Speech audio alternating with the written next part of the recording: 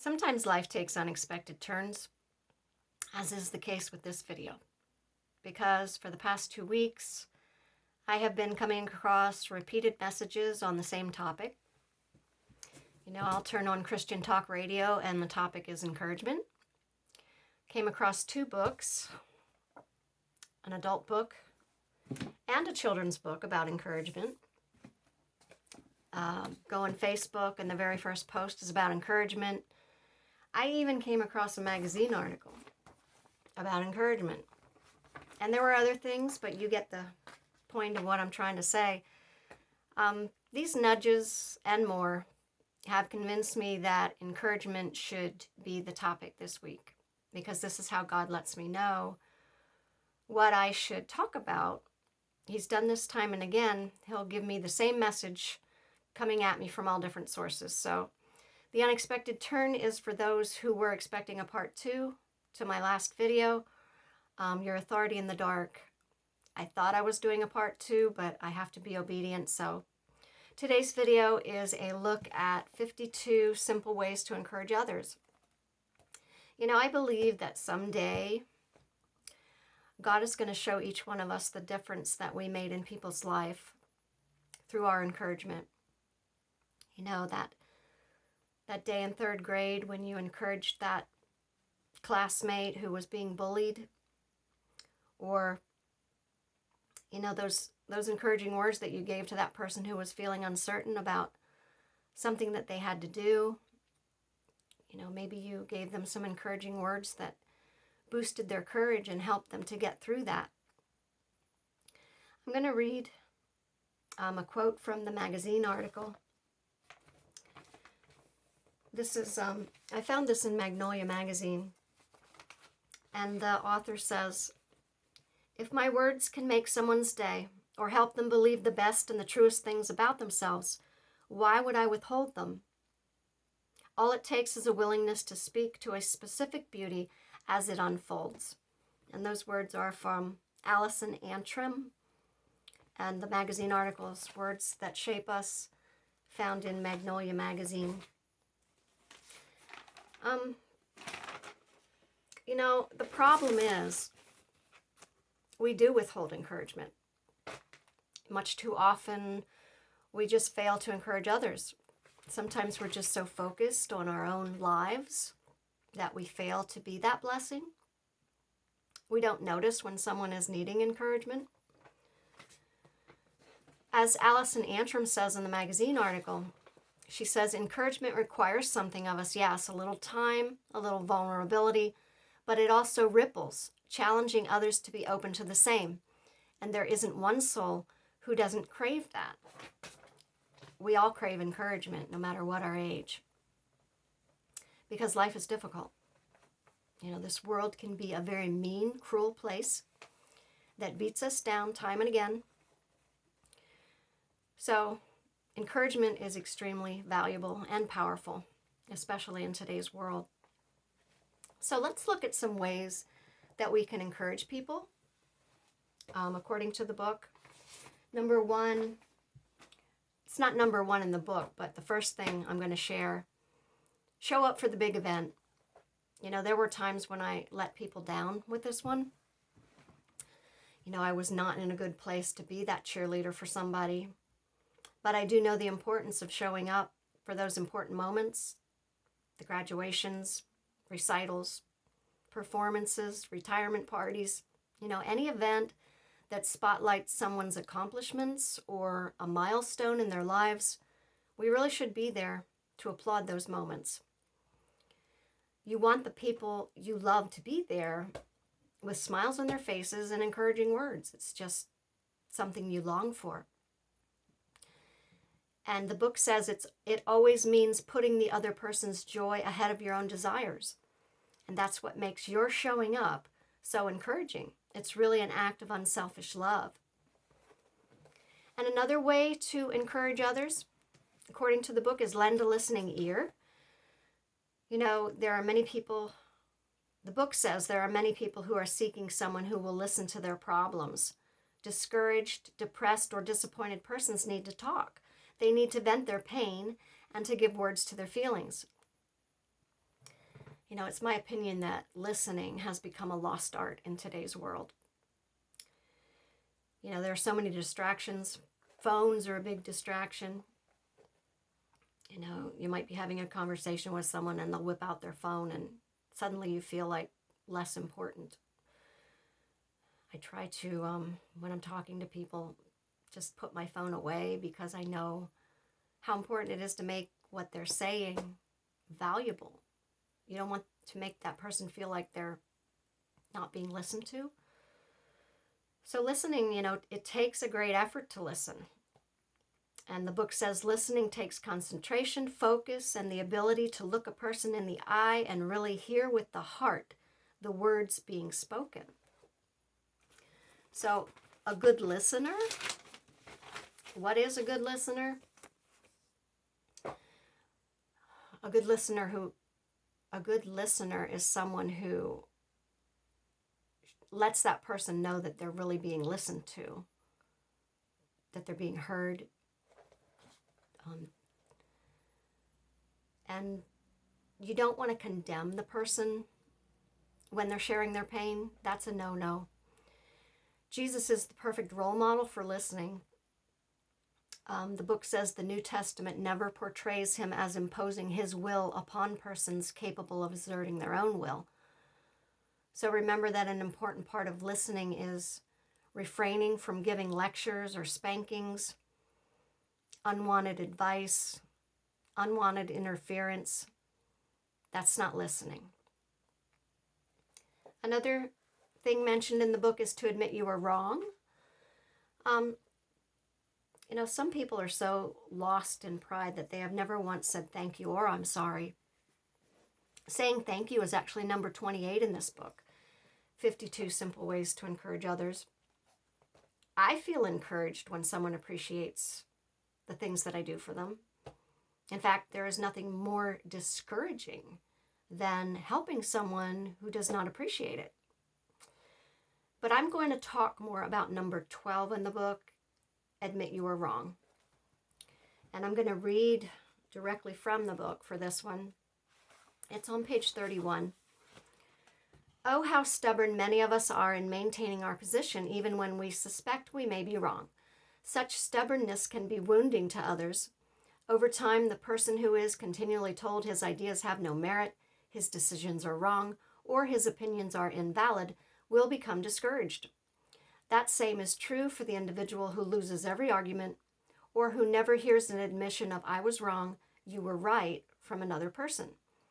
To become an encourager rather than a discourager, and then she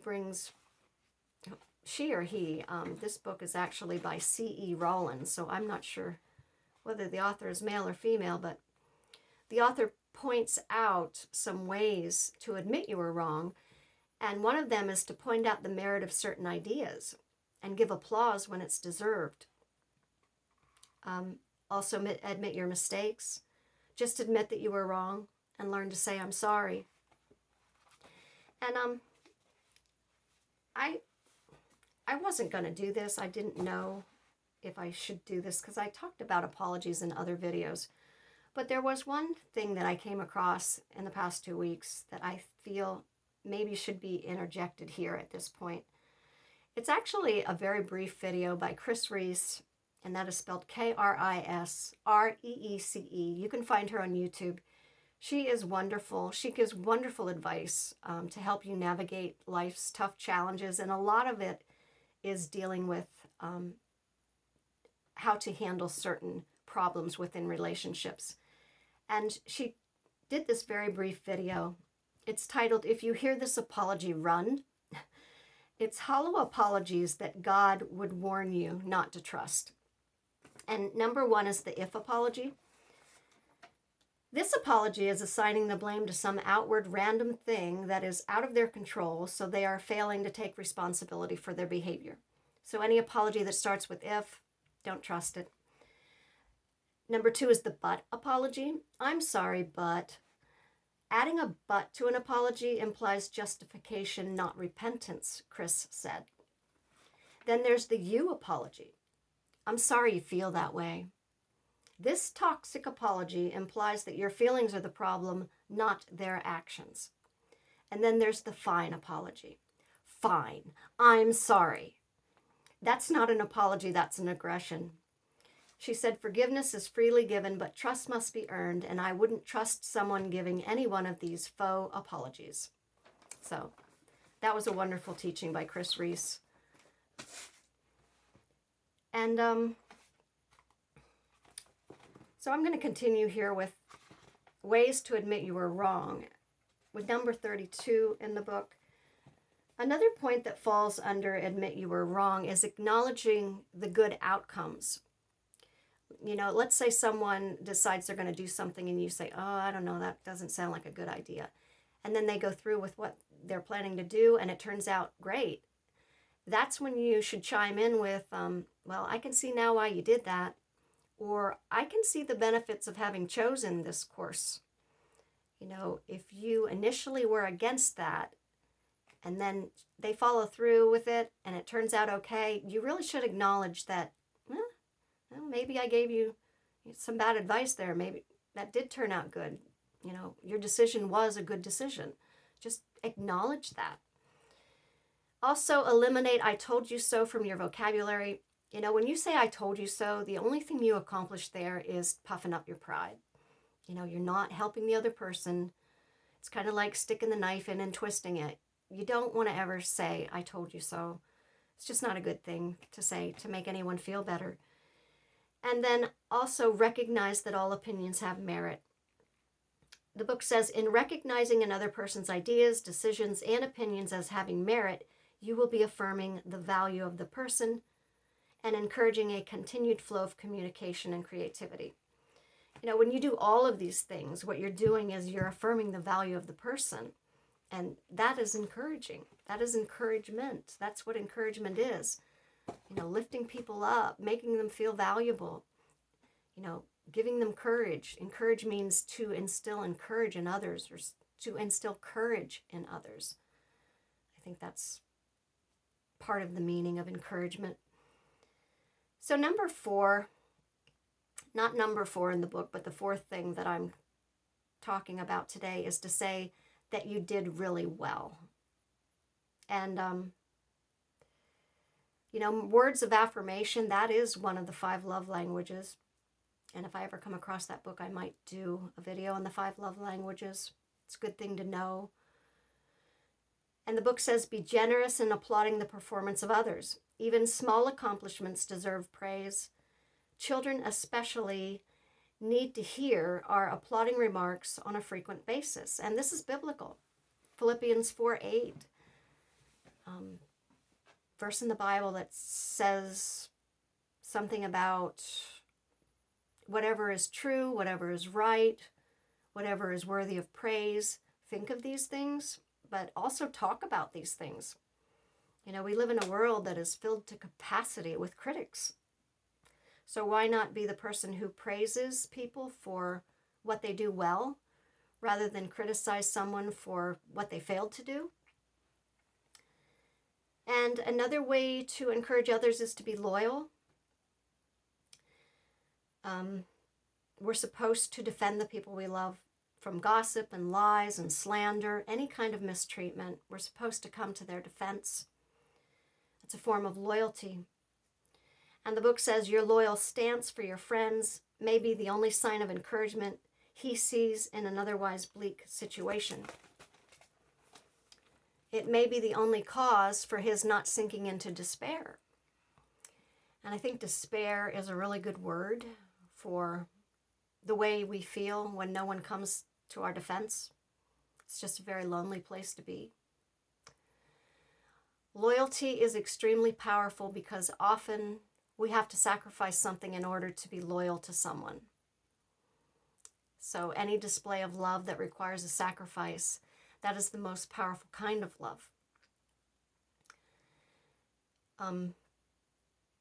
That's my own words. That's not from the book. So there were so many wonderful suggestions in this book. I would highly recommend, if you ever come across it, take a look at it. I had a really hard time choosing just a few of the 52 ways to encourage others, but there were some others that made the consideration, others that stood out to me, and one is meaningful touch. Meaningful touch is also one of the 5 love languages. But one thing I learned about meaningful touch is not everyone is going to receive your physical touch in a good way. I've hugged people that I will never hug again because of the way they responded to that hug. Not everyone's a hugger. So, you really have to be careful with physical touch. It can be very encouraging, but we have to use discernment with that one. Another way is to send an unexpected, uplifting message. And I have one that I'm going to pop in the mail today. An unexpected, uplifting, actually a thank you for my sister and I were on a vacation in New Jersey a week ago. And we were in front of a gift shop at the time, and she started our car, completely dead battery. And the girl who was running that gift shop and a friend of hers helped us. They jump-started our car. And I might tell this story in another video because it's a very, very good story about how God can help you on a trip when you're traveling, when you invite him along. He's just so good that way. The way that all worked out, it was just amazing when we looked back on it. But anyway, I just want to give a shout out to the girls who helped us in front of the Coastal Living of Brielle gift shop in Brielle, New Jersey. You girls were great. I did give you a big thank you, but there's a card in the way too as well. So it's the surprise element of an unexpected, I think, uplifting message or thank you or anything uplifting that you want to say to someone. If it's unexpected, it's going to be especially appreciated. And provide a helping hand is actually number 17 in the book, and those girls did a really good job of that one. It was very encouraging to see strangers helping us and be so willing to do it. Another way to encourage others is to be present in a crisis. I said about showing up for the big events, the fun events that are worth celebrating, but we also want to show up for the pain and the problems, and we want to be present for the good and the bad in people's lives. Number 31 in the book is What Can I Do to Help? These are perhaps the most welcome words that any person facing a task or crisis can hear, the book says. Number 32 in the book is You Can Do This. You want to give reasons why you believe the person will succeed and say it with faith and confidence. That's very encouraging to instill that courage in people. You can do this. I believe in you. That is just so encouraging, I think, especially for children, but it doesn't matter what your age. We all need to hear that. It's uplifting to anyone of any age to hear, you can do this. I believe in you. This is why you can do this. And then point out that person's strengths and why you believe in them. And then number 33 in the book, One Thing I Really Admire About You. The book says, in most cases, discouragement goes hand in hand with a sense of inadequacy or failure. Encourage the person by pointing out their strengths. So if you've never told someone you love at least one thing that you admire about them, you're probably failing in the encouragement. I think everybody we love should know at least one thing we admire about them. We should say that. We should tell them that. So I want to leave you with my own gift of encouragement. I want to read to you this wonderful children's book I came across. I was actually on that trip with my sister. I came across this book in a gift shop in Ocean Grove, New Jersey. Beautiful gift shop. And as soon as I opened it, even though it's a children's book, I knew it was coming home with me. I have thought about maybe giving it to my grandchildren, but I'm going to have to get another copy because this is mine. I love this book. No one's taking it from me. I could totally understand why it won an award. It's a beautiful book, and you don't have to be a child to appreciate the words inside. So I am going to read this book to you, as my gift of encouragement to you. I hope that you will listen and take in the words and believe them about yourself. So the book is called Maybe, and it is written by Kobi Yamada and very beautifully illustrated by Gabriella Barouche. Hope I said that right. Have you ever wondered why you're here? You're the only you there ever has been or ever will be, and you have so much to offer. Maybe you will invent something that no one has ever seen before. Maybe you will build things that reach high into the sky. Your life is yours. Try as many things as you can try. See as much as you can see. Wherever you go, take your hopes, pack your dreams, and never forget it is on journeys that discoveries are made. Maybe you will help others to see the beauty in each day, or maybe you will lift cheering crowds onto their feet. Do everything with love, follow your heart, and see where it leads you. Maybe you are here to shine a light into places that have been dark for far too long. Maybe you will speak up for those who can't speak for themselves. Maybe you are here to help in ways that only you can. There will be struggles, there will be fears, and it won't always be easy. At times it will feel really hard, and you might make a mess of things. You may fall down. You may fail. But you will also get back up, and you will rise a little stronger and a little taller, because there really is more inside you than you know, and this world needs your gifts, your talents, your big ideas, and maybe you are just getting started. What if you are only scratching the surface of what you can do and who you can be? What if you have talents you haven't even discovered yet? There is something powerful, even magical, about you. You already have everything it takes to do big things. Maybe you have no idea just how good you really can be, and maybe you don't know how much you matter, but maybe, just maybe, the world has been waiting centuries for someone exactly like you. One thing is for sure, you are here, and because you are here, anything is possible.